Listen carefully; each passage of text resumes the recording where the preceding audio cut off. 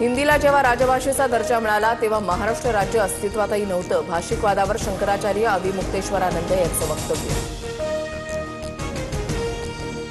मुंबईतील रंगशारदा सभागृहात आज मनसेचा मेळावा. राज ठाकरे मेळाव्याला संबोधित करणार. आगामी महापालिका निवडणुकीच्या पार्श्वभूमीवर राज ठाकरे काय बोलणार याकडे सर्वांचं लक्ष. उद्धव ठाकरे दिल्ली दौऱ्यामध्ये गांधी कुटुंबियांसोबत डिनर करणार. 7 ऑगस्टला इंडिया आघाडीच्या बैठकीनंतर रात्री प्रियंका, राहुल आणि सोनिया गांधींसोबत ठाकरेंचं डिनर. पंतप्रधान मोदी आणि गृहमंत्री अमित शहांनी काल घेतली राष्ट्रपतींची भेट. दोन्ही नेत्यांनी एकाच दिवसात 2 वेगवेगळ्या वेळी भेट घेतल्यानं चर्चांना उधाण. संसदेच्या पावसाळी अधिवेशनात मोठी घडामोड घडण्याचा चर्चांना उधाण.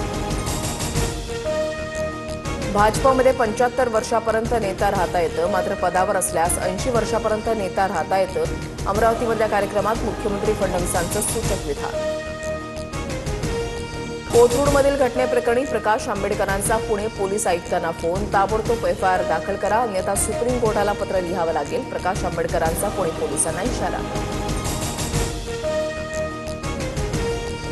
मुलींवर हात टाकणाऱ्यांचे हात पाय तोडून त्यांना पोलिसांकडे द्या. मनसे नेते अमित ठाकरेंचं वक्तव्य. धनंजय मुंडे यांना सरकारी बंगला सोडवेना. मंत्रिपद जाऊन 4.5 महिने झाल्यानंतरही मुंडेंनी सातपुडा हा शासकीय बंगला सोडला नाही. धनंजय मुंडे 42 लाख रुपये दंड भरणार की मुख्यमंत्री दंड माफ करणार याकडे लक्ष. मराठा आरक्षणासाठी मनोज जरांगेंची पुन्हा एकदा चलो मुंबईची हाक. 29 ऑगस्टला मराठा आंदोलक मुंबईत धडकणार. मनोज जरांगेंची घोषणा.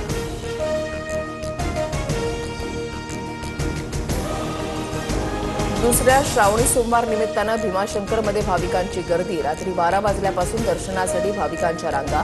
दर्शन रांगेमध्ये बसण्याची व्यवस्था नसल्यानं भाविकांची गैरसोय. परळीतील वैद्यनाथ मंदिराला आकर्षक विद्युत रोषणाई. मंदिराच्या गाभाऱ्यामध्ये वेगवेगळ्या फुलांची आरास. रात्री 12 वाजल्यापासून भाविकांसाठी मंदिर खुलं.